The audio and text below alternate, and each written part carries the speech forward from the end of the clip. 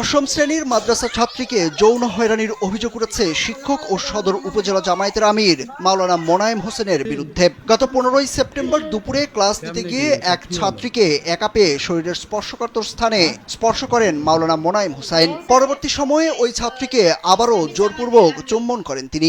ক্লাসে আমি একা ছিলাম বৃষ্টিতে 15 তারিখ সোমবারে। স্যার আমাকে টাচ করছিল। কে মোনায়েম স্যার? জি স্যার।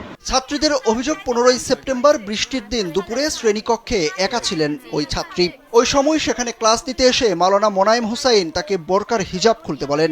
এক পর্যায়ে বাধা দিলেও তিনি শোনেননি। পরে তিনি শরীরের স্পর্শকাতর জায়গায় স্পর্শ করেন। পরে ভুক্তভোগী ওই ছাত্রী এই ঘটনা সহপাঠীদের জানালে একইভাবে আরো বেশ কয়েকজন যৌন হয়রানির শিকার হয়েছে বলে জানান।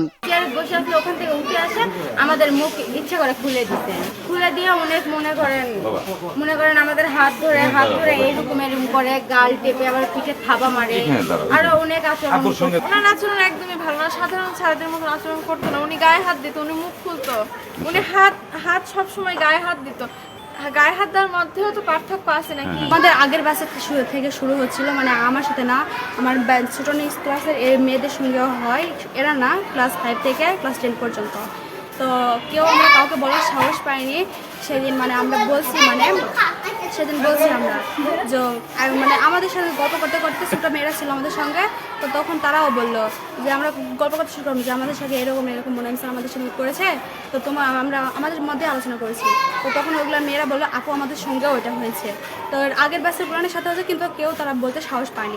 ঘটনাটি নওগাঁ জেলার এনায়েতপুর দাখিল মাদ্রাসার। মাওলানা মোনায়েম হোসেন ওই মাদ্রাসার শিক্ষক ও সদর উপজেলা জামায়াতের আমির ছিলেন। 23 সেপ্টেম্বর বিষয়টি প্রকাশ্যে এলে ক্ষুব্ধ ছাত্রীরা তার পোস্টার সম্মিলিত ছবিতে জুতার মালা পরিয়ে প্রতিবাদ জানান। এদিকে এসব অভিযোগের প্রেক্ষিতে অভিযুক্ত মোনায়েম হোসেনকে শিক্ষার্থীদের মুখোমুখি করা হয়। পুরো এই ঘটনা ভিডিও ধারণ করা হয়। সেখানে শিক্ষার্থীদের অভিযোগের কোনো সদুত্তর দিতে দেখা যায়নি অভিযুক্ত মোনায়েম হোসেনকে। শুধু তিনি বলেছেন তিনি কিছুই করেননি। তবে ছাত্রীরা শিক্ষক মোনায়েমকে ওই সময়ই জিজ্ঞেস করলে কোনো উত্তর দেননি তিনি। কালকে যে এটা কিস করার কথা বলছে, এটা কি সত্য না মিথ্যা? বিভিন্ন জায়গা থেকে আমি খোঁজ নিয়ে দেখলাম যে শুধু আমি না, আমি বাড়ি তারও 2-1টা মেসেজ এরকম করছে। এর আগে তোমাদের ক্লাসে? হ্যাঁ, আমাদের ক্লাসে কথা বলে জানতে পারলাম রিমির সাথে নাকি এমনটা করছে।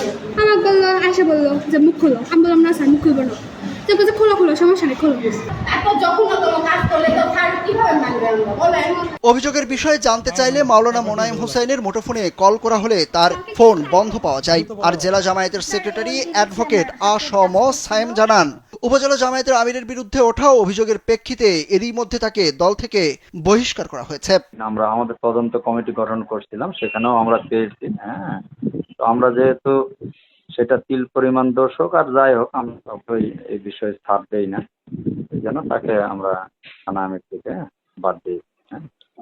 জেলা জামায়াত সূত্রে জানা গেছে, রোববার রাতে এক জরুরি সভায় তদন্ত কমিটির প্রতিবেদন দাখিলের পর তাকে বহিষ্কার করার পাশাপাশি তাকে দেয়া নওগাঁ সদর উপজেলা চেয়ারম্যান পদের দলীয় প্রার্থীর মনোনয়নপত্র বাতিল করেছে দলটি। সুরুজ আহমেদ, কালবেলা। এই হচ্ছে আমাদের জামাতের আমির নওগাঁ সদরের।